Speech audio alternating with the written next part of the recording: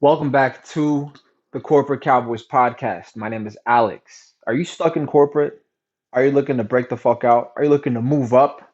Have you did you take did you take the mandates at face value and thought that you had to follow the mandates or else or else then become a corporate cowboy. You're already in the fucking system. What's the worst that could happen if you should decide to maneuver through it in a smarter, more logical, more tactical sense on some corporate cowboy shit? This podcast is for professional development and also a form of cathartic therapy that allows me, as a professional myself, as an always aspiring professional, because we are indeed all entry level forever, it allows me to better my skills and socializing, social networking, in oration, verbalizing thoughts and ideas. And because I work as a career consultant, I've been exploring answering questions online with the disclaimer that none of it should be taken as legal advice. Yes, we are stand-up guys with criminal minds, but if you're not our client, I mean, I wouldn't be publishing personal private information online without first getting the consent of my client. So these questions that come up on, say, Reddit, they're much more general. They're going to be limited in the amount of information they convey. And so my opinions are going to be misinformed or uninformed because of the length of the body of facts that we have to work with. Until you get us one on one and we're able to converse back and forth and I can interview you, gather information, relevant information that goes into creating an opinion, a strategy for you in your particular situation, I wouldn't rely on this. I wouldn't trust this. I damn sure won't show up in court if you say Alex made me do it. As a legal professional, as a professional's professional, my goal is to never show up in court. My goal is to keep my clients out of court, funny enough. But I digress. Today's question comes from career advice. Career advice. And I've seen this more and more. I briefly just skimmed the title here, and I've seen this in education, in academia. The title says, I'll finish my PhD in a year. I don't know what I'll do after. How the fuck do you not know what to do with the PhD? Right? How the fuck do you pursue something with such gusto, with such passion? I hope it's passion. I hope it's a love of the game. And in this case, the game is education. You're pursuing a PhD and you're due to finish it. You're set to finish it in a year and don't know what to do after. I mean, are you a trust fund kid? Are you set up for life and not needing to worry about where you make a living to eat from, to keep some form of shelter over your head at night, or at least a pillow under your neck? Yo, what the fuck? How are you gonna dress and feed yourself? You don't know what you'll do next, and yet you've managed to get a PhD on what? Student loans? I've got nothing against student loans as long as you know what the fuck you are doing. But you don't even know what you're gonna do after. That's an issue. Folks go through education, through the educational system. Folks progress through academia, being trained. Trained. They pay to get trained. And they don't know how to use what they've been trained in to make money, how to market themselves. That's an issue. That's an issue to me. You go in at blank slate and you come out a blank slate. You come out not even a blank, you come out a programmed drone. That's why you hear, I mean, at least I cringe at the thought of like really smart young individuals, motherfuckers graduating from high school at 13 and then college at 16, graduating college at 16, just to get picked up by some multinational conglomerate and just squeezed, just exploited for their brain power. And they've got no negotiation skills, they've got no life skills. They're probably still naive, innocent when it comes to the evil works of man. That's an issue. That's a big fucking issue. Why? Because the public education system doesn't teach you to be a corporate cowboy, doesn't teach you how to navigate life within the context of this corporate world that we live in. That's a fucking problem. You learn that through hard knocks. On the street, working in corporate, making your bones, earning your stripes, so they call it. Again, I'm not knocking education, but you can't for a second think or believe that having an education, having this PhD, makes you better than anybody else. You've got to think in relative terms. If you don't know what the fuck you'll do after, do you even know how much you're worth, given what you've been trained to do for this PhD?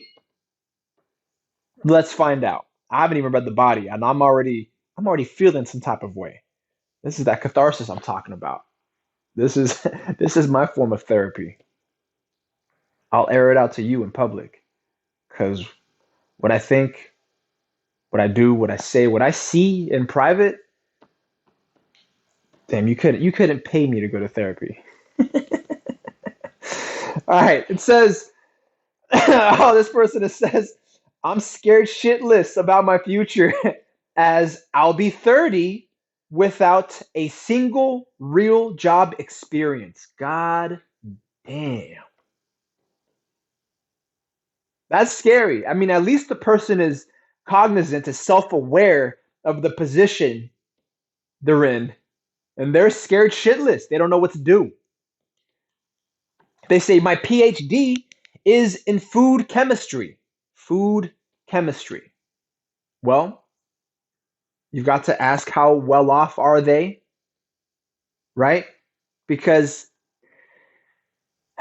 circumstances might dictate whether or not they use that food science degree. That food science degree.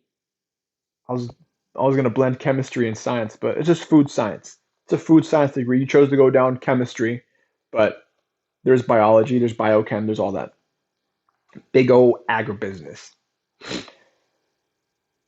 Using your food science degree in a manner that benefits mankind, regardless of what society you're in. I mean, Western civilization is pretty much shot through and through with corruption, but so is every other civilization that has existed.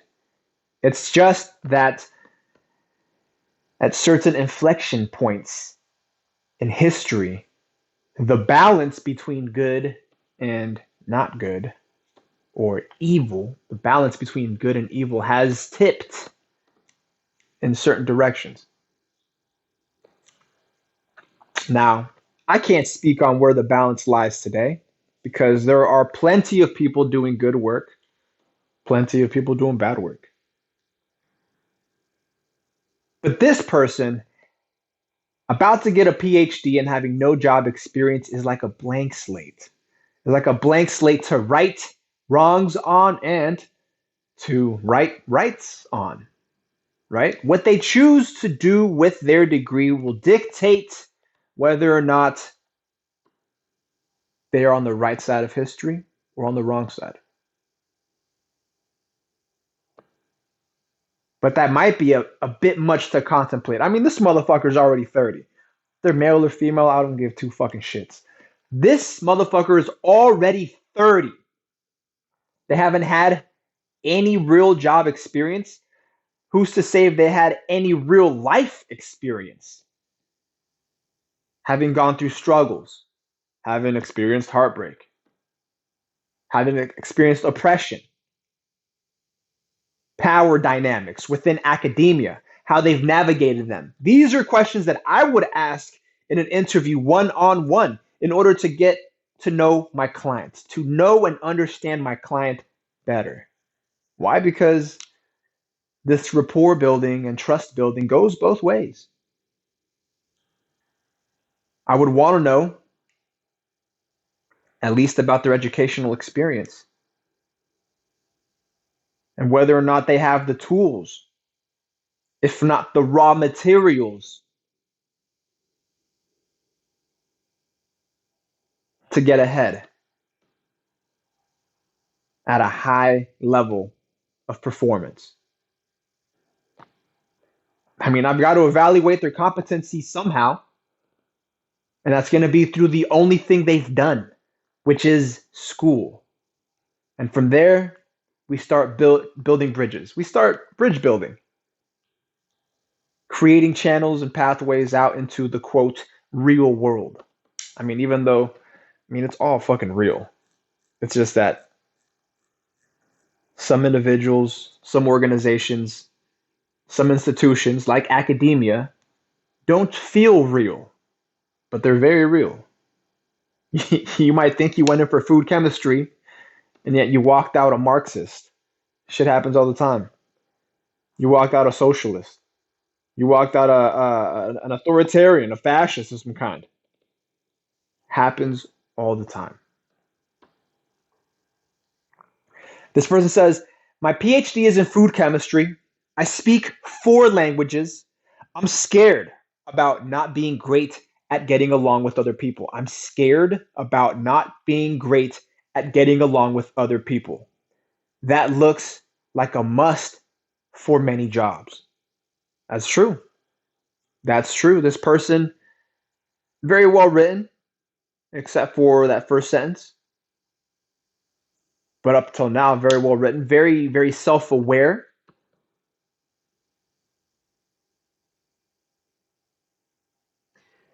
They say, I don't even know what kind of job I want. All I know is that I want a job with regular hours. I don't want to sacrifice weekends and nights for my future anymore. I'm tired. I don't like academia nor teaching. You use the double negative there. I don't even know if I'd be willing to move away. On the one hand, it'd be an adventure. On the other hand, my significant other is my everything, and I don't think they would like to move away. All right, so you've got some baggage. you're not you're not lone wolf in this shit. You've already got somebody else to care for, to mind, to pay to give attention to, who actually draws energy off of you. As negative as that sounds, I don't mean to be offensive, but you know, if it sounds offensive, it's because it's touching on something inside. It's touching on a nerve of some kind. How can I get over my anxiety about this topic? They ask. I've been thinking about it all year, and these last few weeks is all I've thought about. These last few weeks, it's all I've thought about. Yeah, this person is due to graduate. Is it this year? This year in what, May or August? Or, I mean, I don't know if they're on a quarter or trimester or a semester system. So, I mean, all of that matters also. And if I had them in front of me, I would be asking these questions in our intake interview, right? You want to reach out to us, you have a specific like before I dive into a little more fleshed out analysis, I want to let you know if you're in a similar situation. I mean, we're talking career. We're talking career wise, corporate wise, professional wise. You need a second look, a second opinion, another set of eyes, another brain, somebody who's been in the trenches, a corporate cowboy. You would like to know how a corporate cowboy might move given your situation. Again, because we could only show you the door, and not even that, we could just show you the board. We could show you a playbook, but whether or not you can execute, that's on you. We won't be there to pull all of the strings, right? You're not a marionette. You're not a fucking puppet on strings. And we're not puppet masters out here. There's strings you pull, there's strings you cut. There's strings you pull, there's strings you clip. I like that. I'm gonna use that one.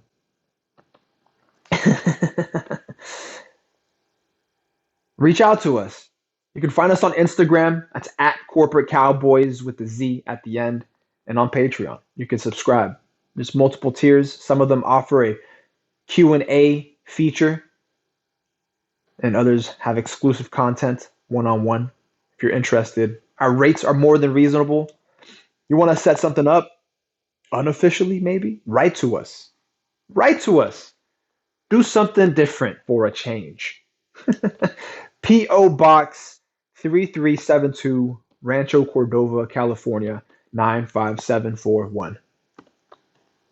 I mean, as long as we're kicking, this podcast is free. But if you want to pitch us a couple dollars, a couple mil to pay for business expenses and legal fees, there are links floating around. There's a Cash App, a Venmo, PayPal. You could also send goodies through the P.O. Box. Food chemistry and 4 languages, huh? And yet they're worried about not being great at getting along with other people. 4 languages? You're going to drop the ball in 4 languages and not be great with people?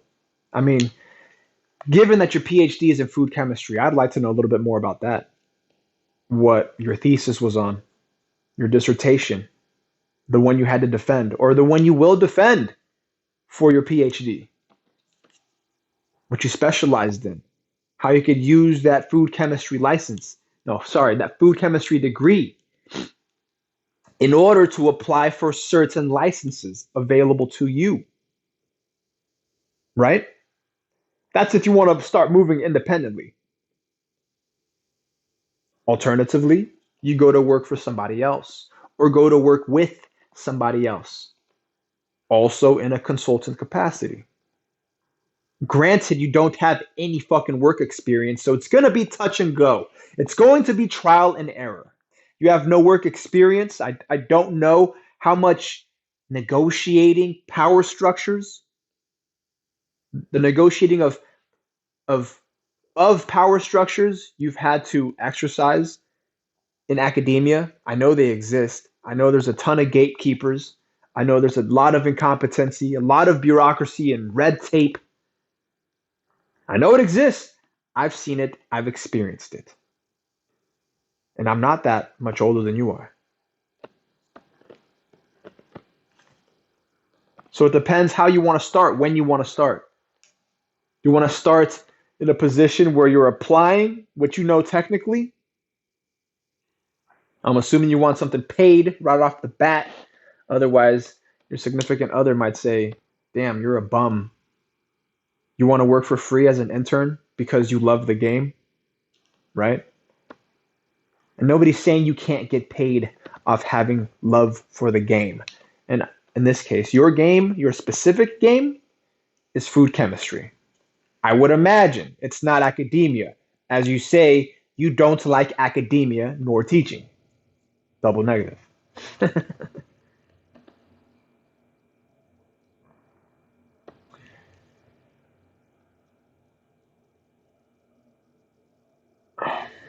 What I'm driving at here is that we would have to know a lot more about your food chemistry degree and its specifics. At least I would, in order to make a proper opinion. A lot of folks I've seen start interning while they're in school, working while they're in school. I don't know how much time you spent on this PhD. I don't know how you make money for rent to live with a significant other. These are all questions I would ask, and while they sound personal, they are all relevant. They are relevant, right? I'm not your employer, so I'm not bound to not ask if you plan on having a family and all that. As your consultant, if you were my client, I would be asking all those questions because we roll that up into your career. Business is personal. I've said this time and time again. Business is always personal. As much as business is war, it's also personal. So you've got to plan your personal business. You've got to plan your personal life and align it with your career. I feel that offers the most success, the most benefit.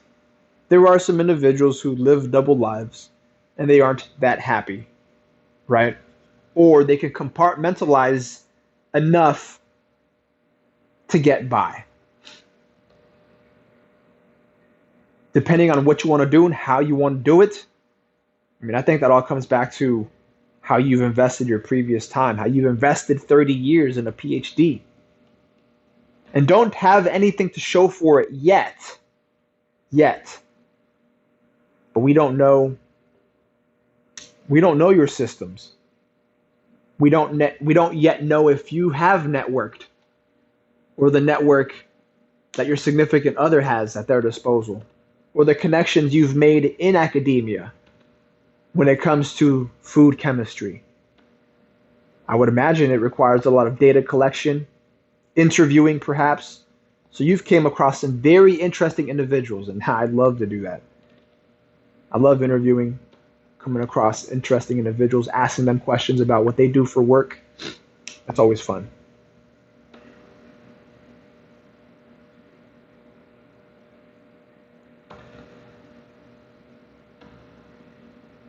You're scared because you don't have any real job experience. I want to ask if you've ever held a job, right? Because if you're looking for one, we'd have to start building you a resume. I think that's where it starts. Sure, we're going to highlight and emphasize what you've done in academia because your PhD, I would argue, and you would have to argue, you would have to defend, just like you're going to defend your dissertation or your thesis. I believe a thesis is for masters, and a dissertation is something more fleshed out, post-grad, a PhD.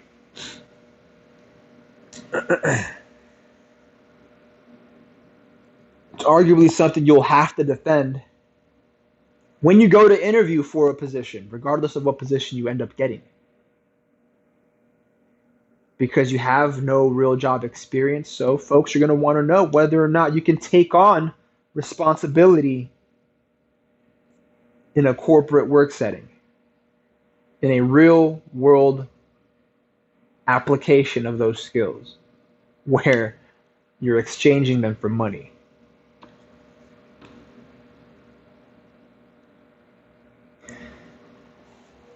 Let's take one or two of these comments here.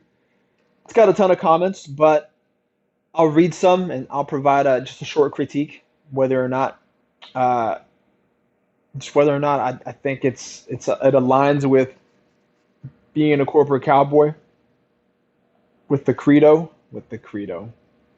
mission of being a corporate cowboy. The first says, work for the federal government, the FBA, or even Customs and Border Control.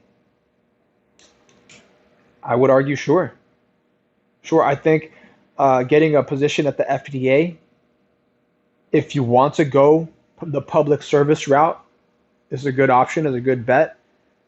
It's a good way to get entry level experience, and then in the future, should you choose to lateral to another agency or another department and apply what you've learned at the FDA or what you know in combination with your food chemistry degree, you can take it to the private sector and do something worthwhile.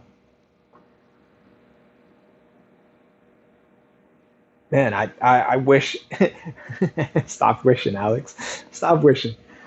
If this were my client, I think the specifics of the PhD matter a lot too, in terms of what jobs you qualify for, what jobs would be easiest for you to apply for, to apply to and interview for.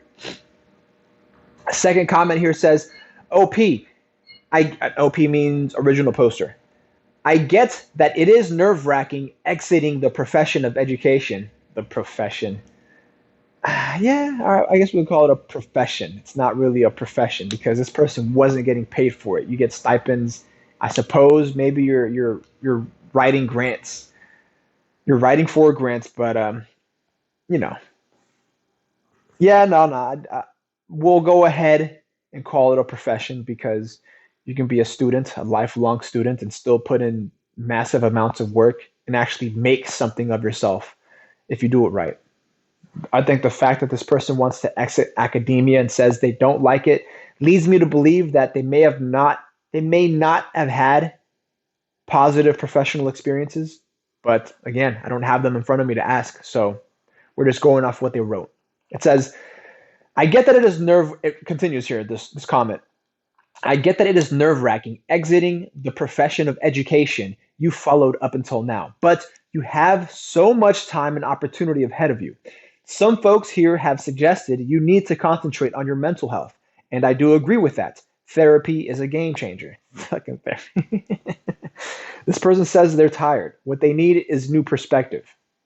What they need is a consultant, something something that'll drive them forward, not therapy that has them reflect backward, that has them dwell.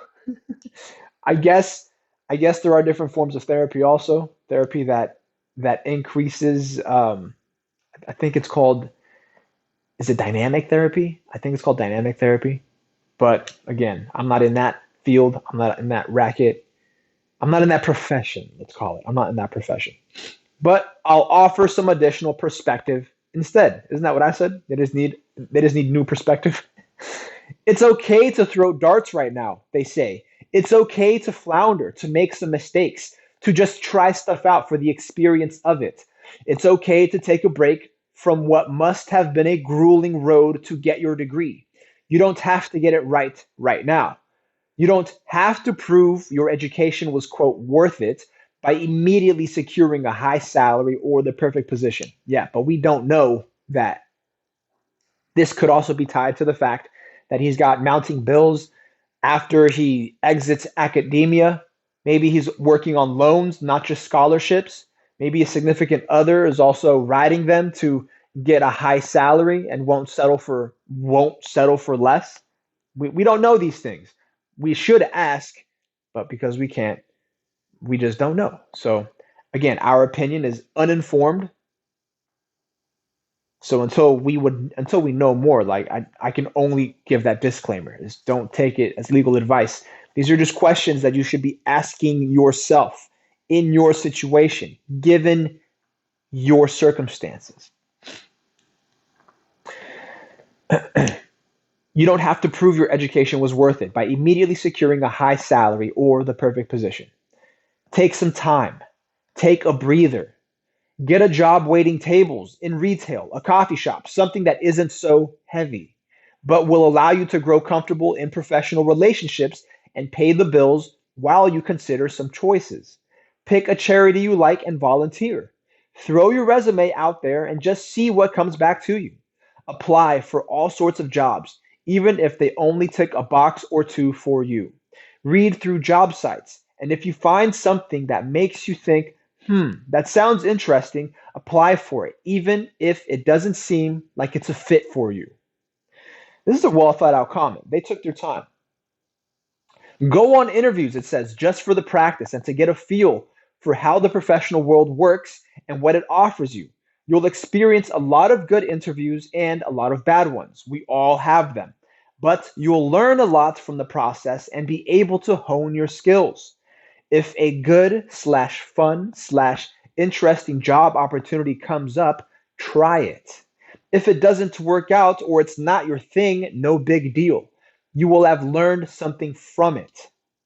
Your area of expertise and being multilingual gives you incredible versatility in the marketplace. You could very easily work in corporate, government, nonprofit. You could do contract work. Is there a city slash country you'd love to experience? Do you like to travel? Want to help the impoverished? Love animals? Or are you an intro extrovert? Focusing on what you're supposed to do is stressful and a fallacy to boot. Start thinking about the things you love, enjoy, and that are important to you personally. Let those help you target where you want to go professionally. Above all, experience is the best teacher.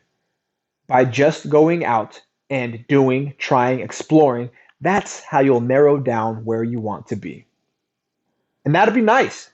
That would be nice if this person had the time to go down this trial and error path and drag their significant other and children, if they have any bills that are waiting for them, drag that all with them.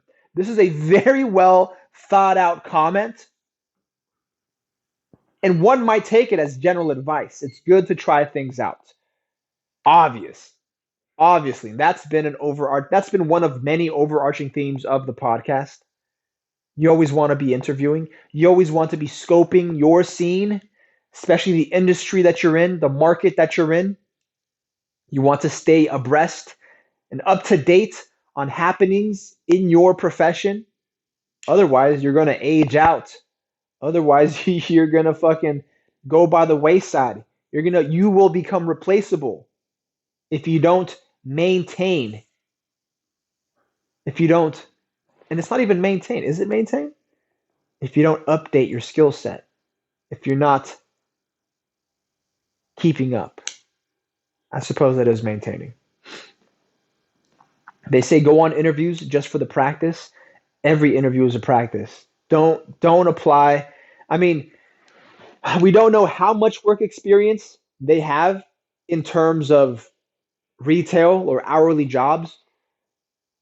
Me personally, I would like to think that they say that the OP, the original poster here, is claiming they don't have any job experience in food chemistry and food science because the motherfucker's 30. I mean, you mean to tell me you've never rang up a cashier before? You've never worked the cash box ever? Ever. A cash box. Even at a volunteer event, at your church, at your synagogue, at your temple. Never? It is a cause for concern, but it doesn't mean that they're just uh, complete garbage when it comes to socializing, because you do learn to socialize in academia, which is why I brought it back to what I believe to be, what I almost hope is, what I'm assuming even is their passion, which is their education, not education in general, not academia, but their education. Otherwise, why pursue a PhD in food science? You want to be better at working with people and you have four languages to boot? Go fucking be an interpreter somewhere.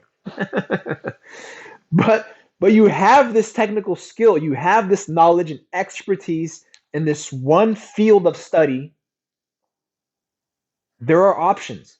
Options abound. You don't have to be tied to one country, even. Given what you know, you could go and travel, see places, make money, move like a corporate cowboy in a sense, and shit, maybe even drag your significant other with you. Maybe not drag. Maybe, maybe, maybe persuade your significant other to join you, right? Unless you're looking to settle. I mean, that's low key what I read between the lines. They want something stable. They want a 9 to 5. They don't want to sacrifice weekends. This motherfucker sounds like they want to become a parent, right? Maybe it's time to procreate. They're 30. They're going on 30. Clock is ticking for somebody. But we don't know that until we have them in front of us as a client and we can service them personally. And all we've got to go on is what they give us here, face value. Man, I love this shit. I love interviewing people. I love helping them plan their next move. And again, rates are reasonable, man. You'd be surprised. You'd be surprised the return you get by investing in yourself and trusting someone else is also looking out for making better business. And in that way, taking care of you.